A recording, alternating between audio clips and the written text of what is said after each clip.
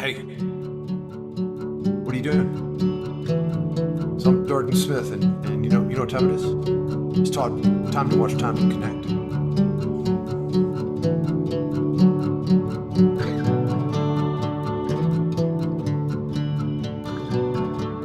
Hey, Darden Smith, how are you, man? I'm great, man. It's good to see you. Thank you so much for taking the time to connect today. Man, you've got a lot of irons in the fire. You have so many projects going. I know you, I've known you for years as a singer-songwriter, and we met Yeah. many years ago. I want to tell you about that. You probably don't recall, but you're also a visual artist. You're an author. You are a songwriting collaborator, and I definitely want to hear about those projects you have. You're a keynote Yeah. speaker. You're a photographer. Did I leave anything else? Is that I do a pretty good job of shining shoes. Now that pretty much covers it. Yeah.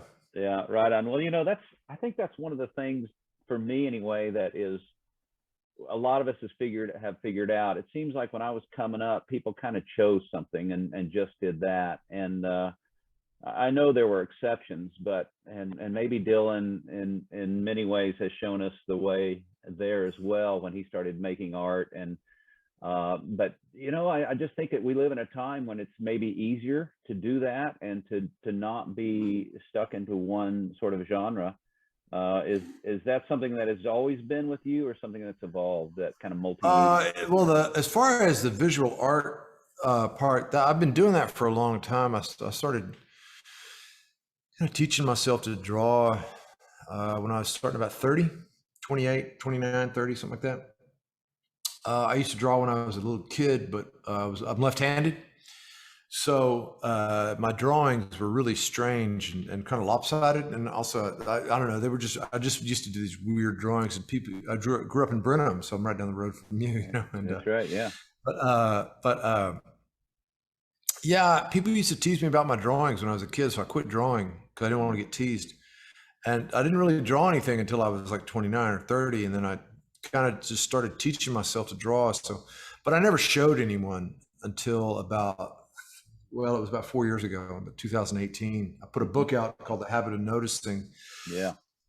That's got a bunch of drawings in it. And I showed a friend of mine, Bale Allen, who has a gallery here in Austin. I showed him my drawings. I was going like, am I about to make a fool of myself? I'm just, have these drawings out there.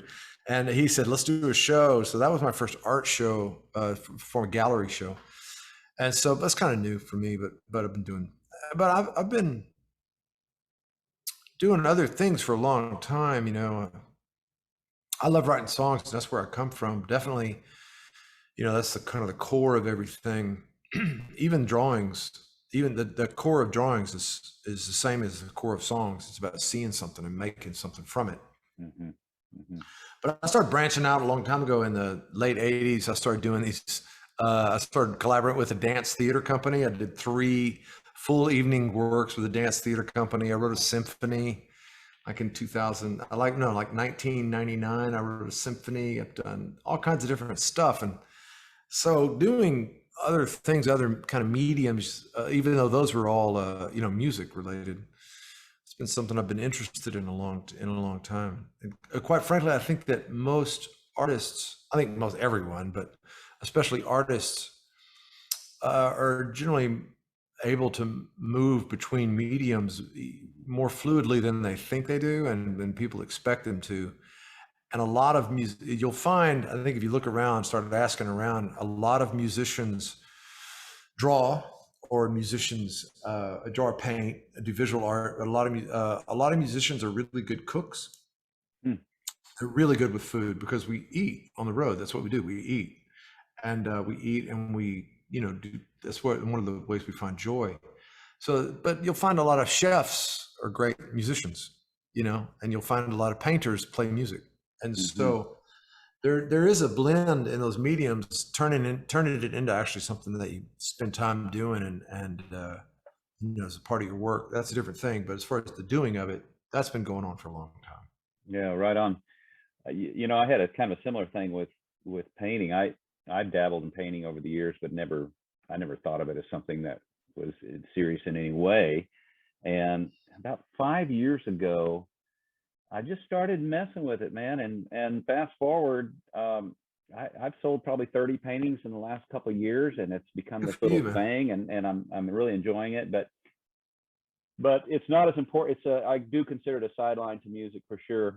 Hey, you mentioned something about when you were 30, which makes me remember, if I'm not mistaken, you just had a birthday recently, Yeah, I and did. Yeah. you're now in the 60 club with me. I'm 60. Yeah, Congratulations. I'm 60. Yeah. I turned 60 this year. Yeah. So a question you've probably gotten before, but I'm curious how you would respond to this. If you could now talk to yourself at 30, what would you say to yourself, to your 30-year-old self? Uh, Work harder. I mean, I've always worked hard, but work a little harder, and Okay. and don't worry so much. It's gonna be fine. But work a little harder and maybe come home a little earlier. Ah, those those could be in uh, can be in contradiction with each other if you're talking about being on the Yeah, road. well, Yeah. I was really lucky very early in my career, and I got signed to a record deal very early. And there was, I mean, I've always worked hard, but I didn't really turn up the heat until sort of after I lost my record deal. That's when I really started working hard. Hmm. It's pretty easy before that, and I think no one tells you how to be a musician. There's no rules, which is a problem. It's beautiful and it's a problem. And if there had been a bit more of a mentor, if I'd had mentors, different kinds of mentors Hmm. than the ones I had. I mean, I started writing songs really, really early in my life, but I never really had. It took a while to find. It's not that I never had. It took a while to find songwriting mentors and sort of mentors in the life game until I was older, until I was already in my well into my 30s, and that's when things got interesting. So yeah, Yeah. work a little harder and get up a little earlier. Now I Right do on. both. Now I wake up super early. Yeah. Yeah. Me too. I, Yeah, man. I don't know if this is true for you and who else it's true for, but I have that sense.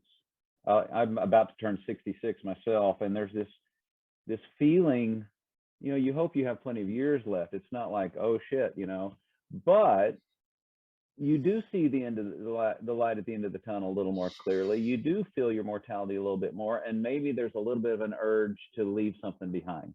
Is that the case with you at all? I don't worry about leaving things behind Okay. at all. Like that's to me is useless.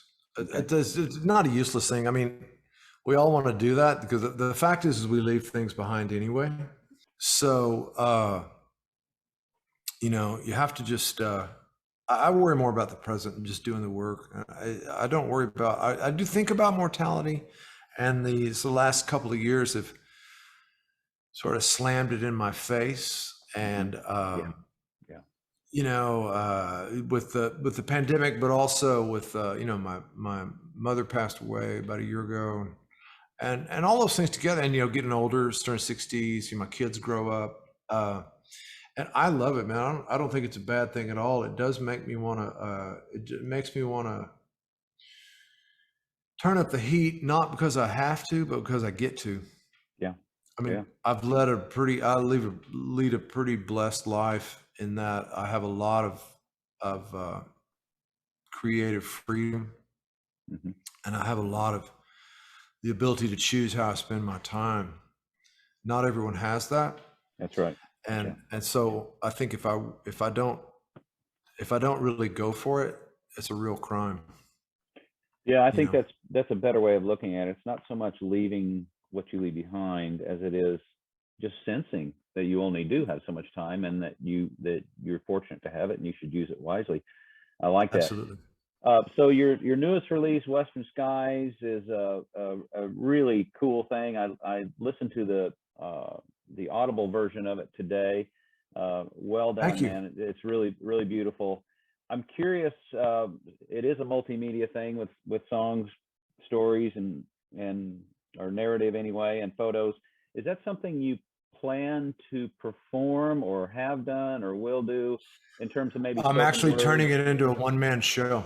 Yeah, good, good. Yeah, because it will encompass the essay, because Western Skies has a book, just for the people out there who haven't seen it. It's a book that has song lyrics and then essays that I wrote over the last, while sort of around the time I was making everything and writing the songs, but it has a whole bunch of photography as well. So we're taking the writings and turning that into a one-man show that combines the songs and the images and the videos that I've made for those essays. I made a whole series of videos. There's a spoken word album coming out in the fall. That's those essays.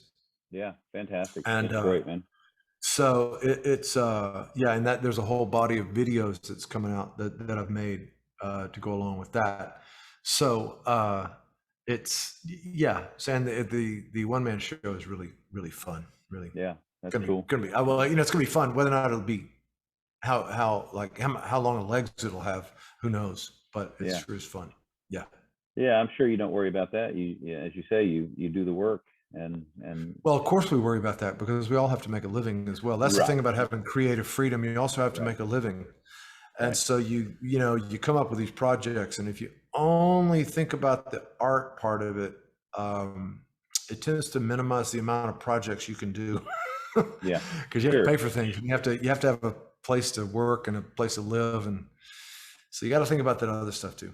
Yeah. Of course, you don't want to err on the other side like some people do as well, and we know all know that. So I know that some of your songwriting influences are Guy and Towns. I know you mentioned Neil Young. Somewhere along the line, I read that you mentioned Neil Young when maybe first few songs you played when you were a kid. Dylan, I'm sure. Yeah, Uh, how about authors, books that you've read that were maybe not so much recently as just think back when you were younger, books that you read that stand out to you as being influential? absolutely. There was a book called "Where the Bluebirds Sing from the Lemonade Springs." It was by Wallace Stegner. Yeah. And I read that first when I was in my 20s. And it might have been late 20s, but that's all of, Wallace Stegner is a writer. He was a Western Great man. writer, Yeah. Montana and things like that. And essays, natural world, a lot of it dealing with the natural world and the environment. Hmm. Um, that book heavily influenced me because that's when I kind of, through that book, I accepted that I'm a Westerner. Hmm. And that's one of the reasons I stayed in Texas. Hmm. I could have moved, to Nashville, LA, New York, or London at one point. I could have moved to Right. all those, but I kind of like Texas really for the landscape, and the culture is weird, very weird, Yeah. Yeah. and getting weirder. Yeah. Uh, but just the horizon and the landscape that I recognized, and I mean that kind of influences me all the time. Heavily influenced Western Skies. Not that book per se, but that attitude, Hmm. And I mean, All the Pretty Horses, Yeah. Cormac Yeah. McCarthy, All the Pretty Horses. I've read that book. God, I don't know, man, 5 times, 6 times, Hmm. Hmm. um, and there's something about the mythology of that Right. book that really stuck with me, and how it relates to sort of Western, the sort of the bridge between, almost prehistoric Texas and Southwest and contemporary Texas, Yeah. and those two books are really very, very influential on me. So, That yeah. makes sense. That makes sense. Hey, let's talk a little bit about songwriting. One of the things I'm interested in from your perspective, there's a lot of things I could ask you about your songwriting. I know that you've talked about the importance of the power of suggestion, and that you want to leave. You probably want to tell a story, or at least have some sort of understandable thing going on, I'm guessing, but at the same time you don't want to tell the whole thing because you want to leave something for your listeners to be sort of part of the thing. Is that fair to say? Yeah, that's a good way of putting it actually, because I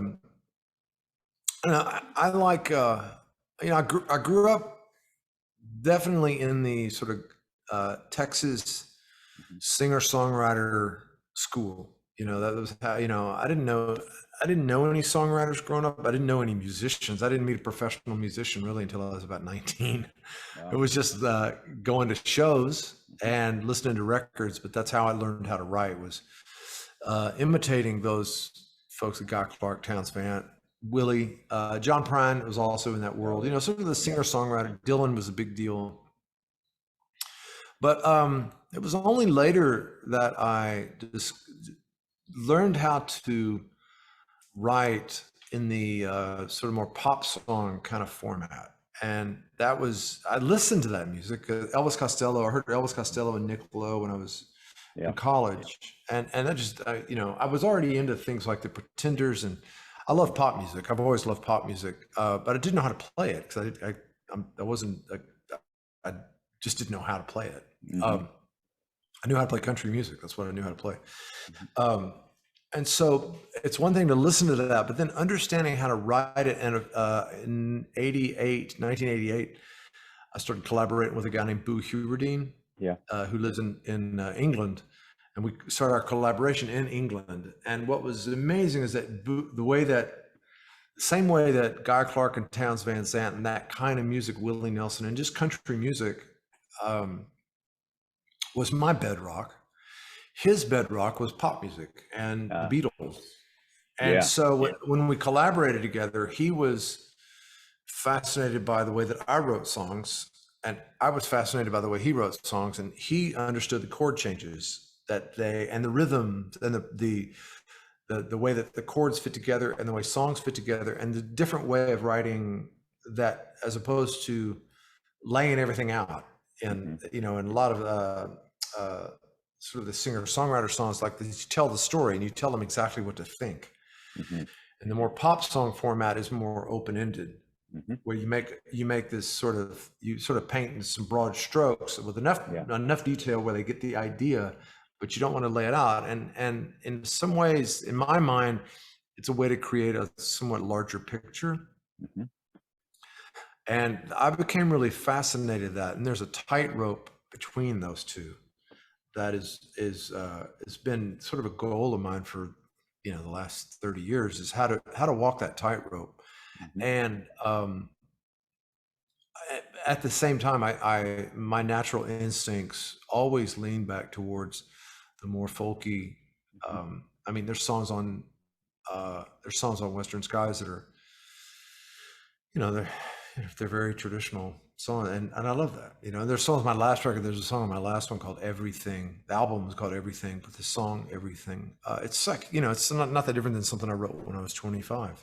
It's the same Hmm. thing, Yeah. kind of. Yeah. So, but yeah, I think there's a real difference in the way that those songs are put together. So, Something that, if I can just push this a little further, something that interests me is I sometimes get really compelled.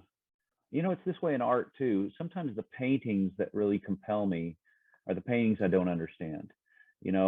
Something, maybe a painter who is a master at realism, I'm blown away by it, right? And it's just, the technique's incredible. But those paintings that compel me are the ones you stand in front of and say, "What the hell, man?" But there's some emotional thing, reaction to it. And sometimes I feel the same way about songs. I'm thinking right now about when I talked to Patterson Hood, we were talking about our mutual friend Will Johnson, and he said, "Man, some of Will's songs," he said, "I don't know what the hell they mean, man, but I know every word and I love those songs." Yeah, totally, what kind of, where do you, I know you don't want to tell a maybe in all your songs a straight ahead story. You want to leave something there for your listeners. But how do you feel about the more just really impressionistic stuff that you kind of say, I'm not quite sure what that means, those but are some of my favorite songs. me too, man, You me too. know, Yeah. I'm a big fan of I love Bon Iver. you know, Yeah. Yeah. I couldn't, even Ryan Adams, I couldn't tell you what to sing. Most Ryan Adams songs, like I couldn't really tell you what they're about. Hmm. Hmm. There's about War on Drugs. I love Yeah. War on Drugs because of the way Yeah. they sound, the way, and I don't know what those, it's like, I don't know. Right. Yeah. Um, it's interesting. I'm a big jazz fan because I get really tired of words. I just don't want to. I just don't want to listen to any words, and I don't want to listen to any sort of singer songwriter words. It's like I'm done. It's not all the time, but quite Right. often it's like I don't want to hear any words, especially when I'm Yeah. drawing or things like that. And so I listen to jazz, but I also listen to a lot of music from Latin America that's in Spanish and Portuguese. I mean, a lot. Some Hmm. of my favorite, like and I have a clue what they're talking about. Yeah. But I Yeah. love that because it's not about what they're saying; it's about how do I feel.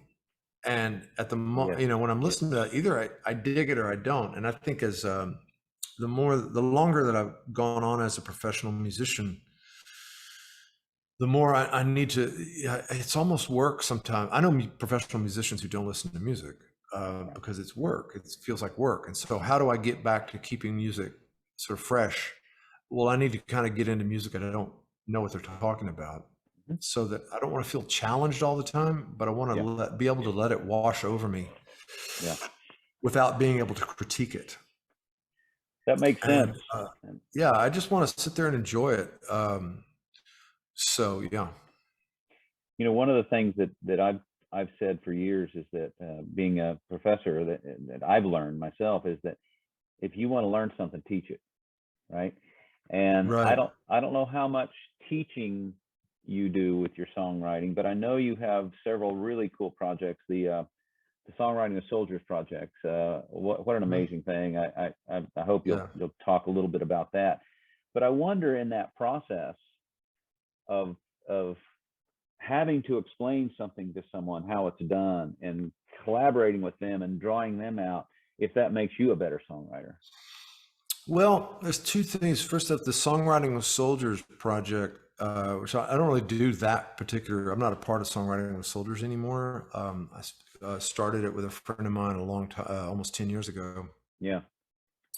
But I do other work. That is a collaboration project. Yeah. So you're actually collaborating, writing the songs with someone who doesn't write songs. Right. And that's not a teaching program Right. You do some teaching because though, don't you?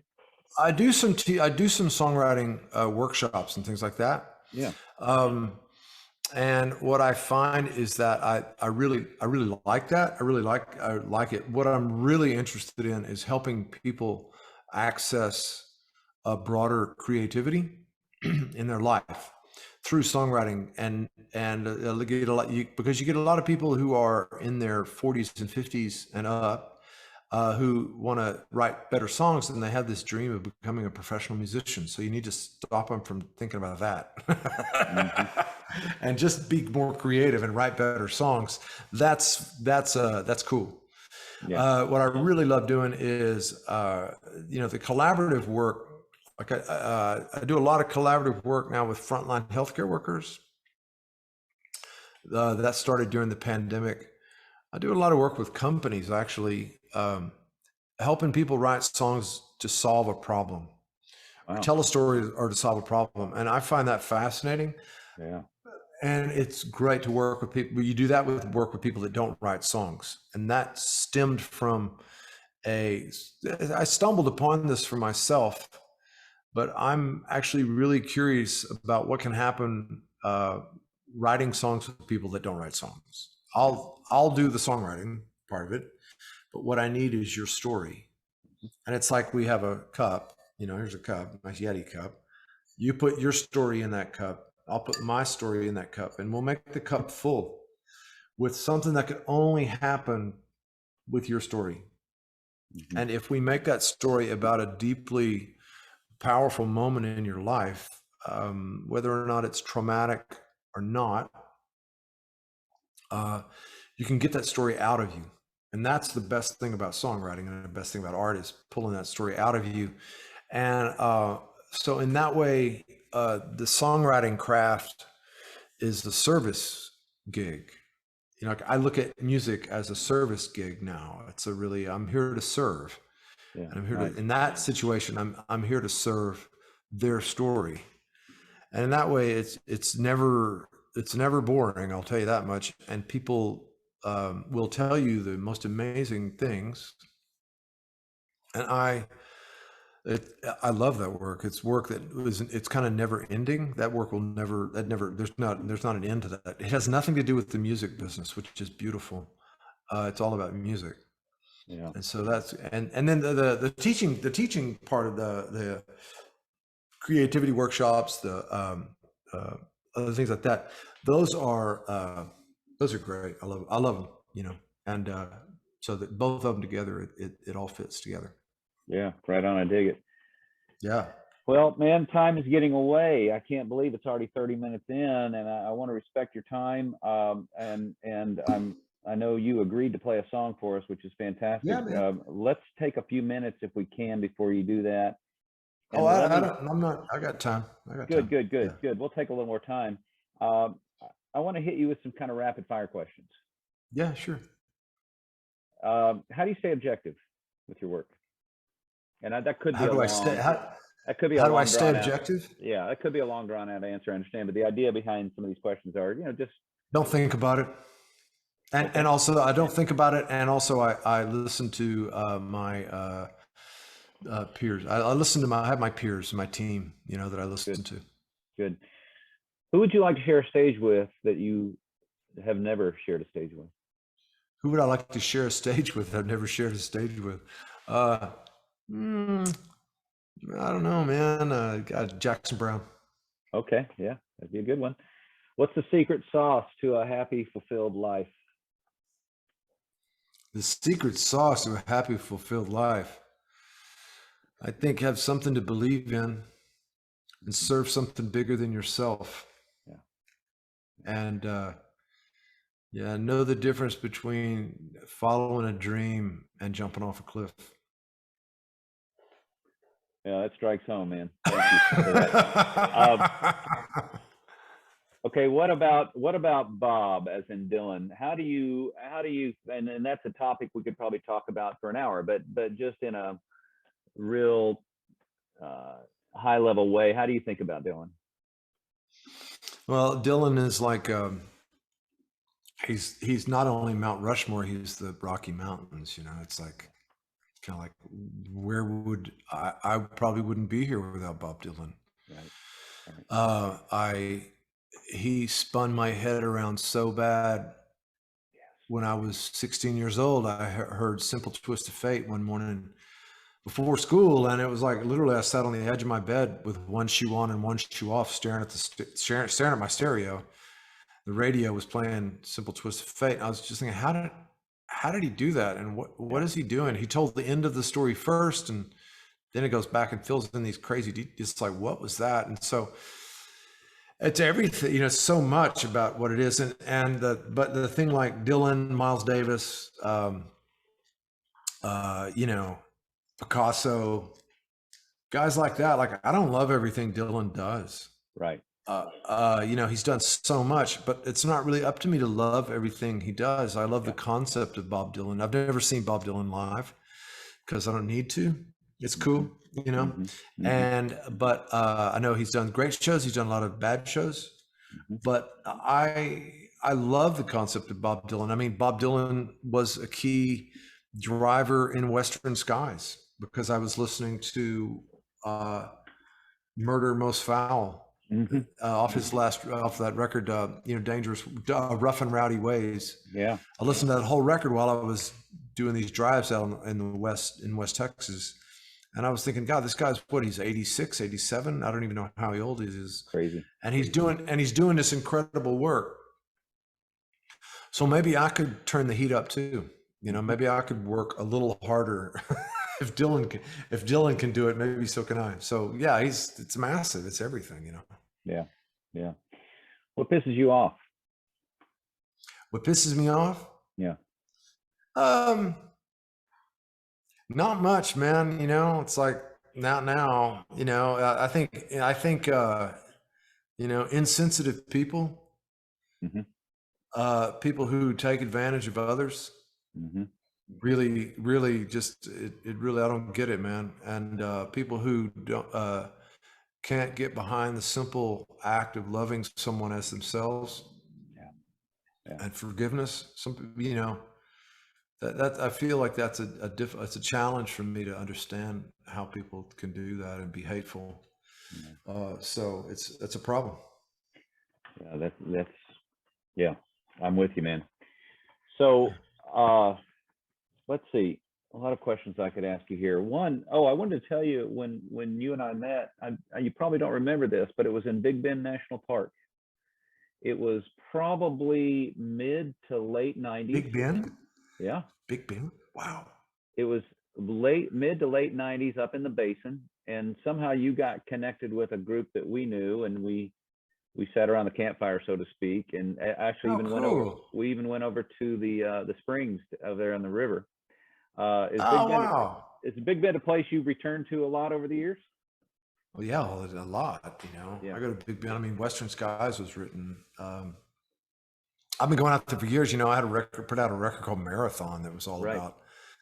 It was this story that I came up with that was set out there, and the songs were written around that sort of Big Bend region.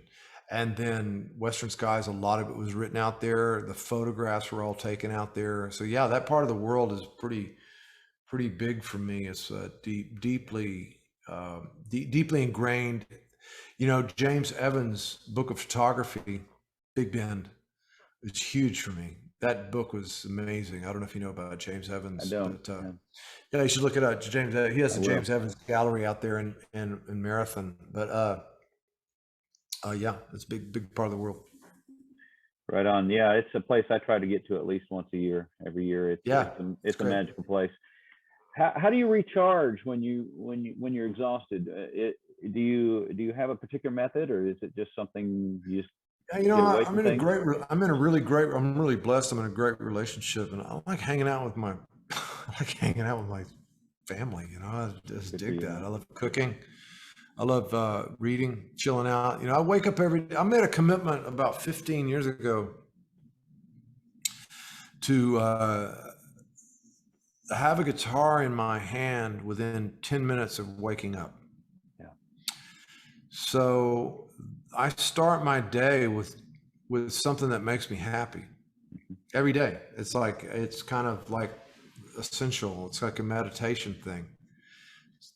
That guarantees that, because I'm an adult, and adults, we have busy lives and things come up, and we have to do those things. So it's very easy for us to put our joy aside while we do the tasks. So I decided to put the joy first and make sure that I do that. So now whatever happens after that, it's like I took care of the guitar thing. So that's a big part of it. I draw, I swim, things like that, and I sleep. It's amazing what sleep will do for you. Yeah.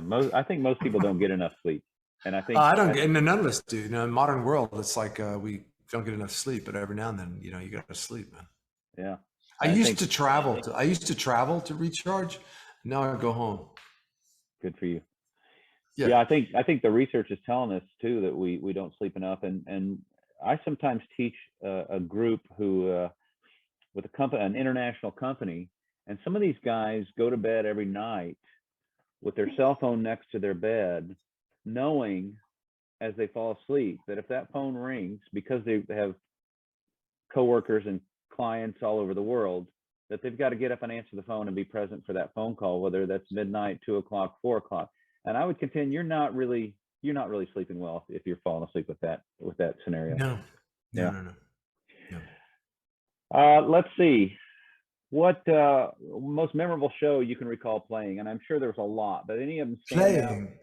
that you played? Any of them stand out? Oh man, yeah. There's so many. There's so many. I mean, I just played a show at the State Side Theater in Austin. It's just Nice. fantastic. I remember a show I played in Tromsø, Norway, which is it's like way above the Arctic Circle. This was Wow. in 1988, and I'm in Norway, man. It's like, Yeah. you know, and I Yeah. just remember playing this show, and there was a room full of people singing along with my songs, Wow.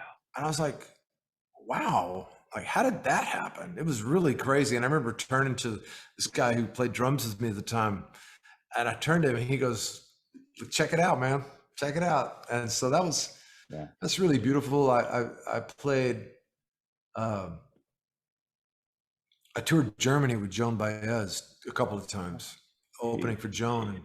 Wow. And I remember, we played in Dresden, and we were on the river in Dresden. It's this beautiful park right by this curve in the river, right across from the old city that was completely flattened, with the cathedral and everything there. And there was just something really magical about that. I was I'm on the other side of the world, and I did the show, and then, hanging out with Joan Baez was beautiful. There's been so many. I've been so blessed in my life to play big shows and little shows. Things go really good and things go really bad.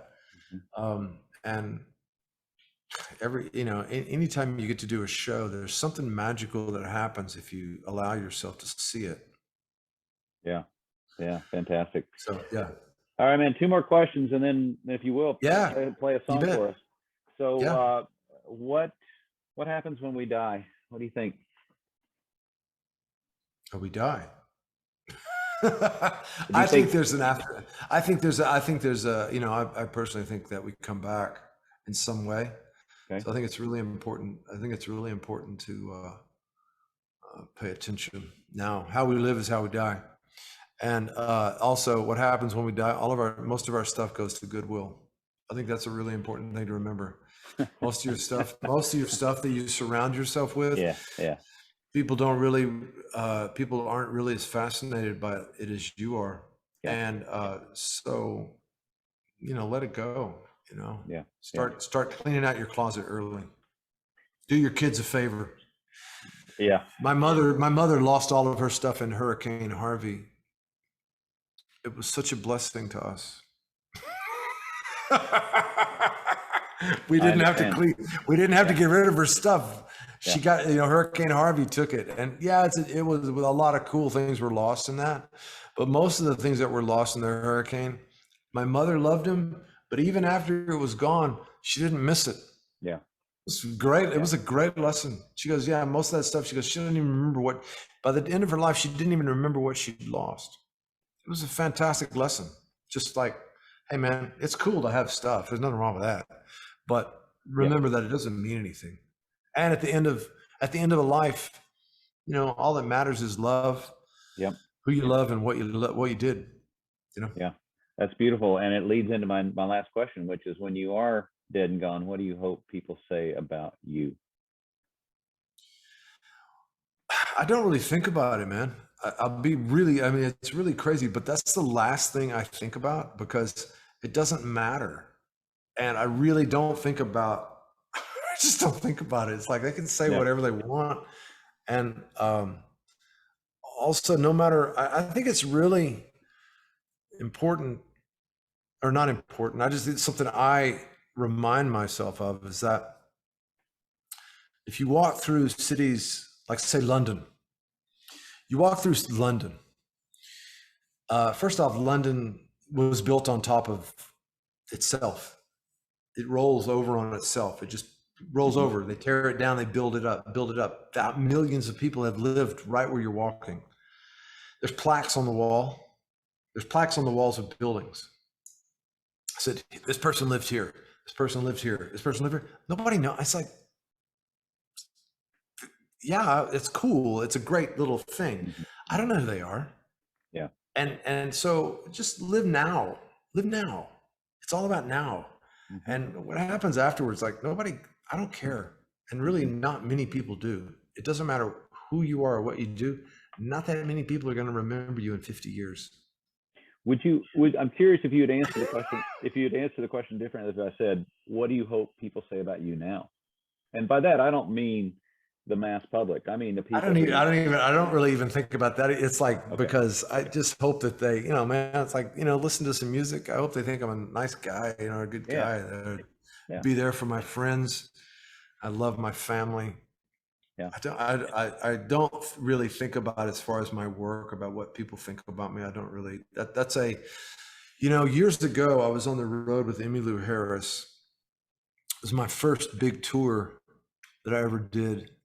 We went across Canada, and I didn't even have I had an indie record out, but I hadn't even released my first record. And Wow. anyway, so this, anyway, I'm doing these shows, and my record was actually released in Canada while I was on the road. And I got a review in the paper. I think it was in like Edmonton or Calgary. And it was not a good review. And I got super pissed off about it. And I'm in the dressing room, and Emmy walks by, and she sees me. I guess she heard me go, I probably said something, and she heard me. She said, "What's wrong?" I said, "Oh, I just got this review. It's not good." And she goes, "Oh, don't read your press." And I said, "What?" She goes, "Don't read your press. If it's good, it'll mess you up. And if it's bad, it'll mess you up." So I've spent a large part of my life completely ignoring what people say. Okay. Yeah. Because most of it has nothing to do with my work.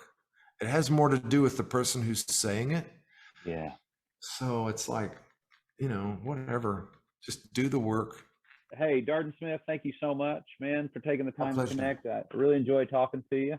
And it's been probably 25 years since I've talked to you.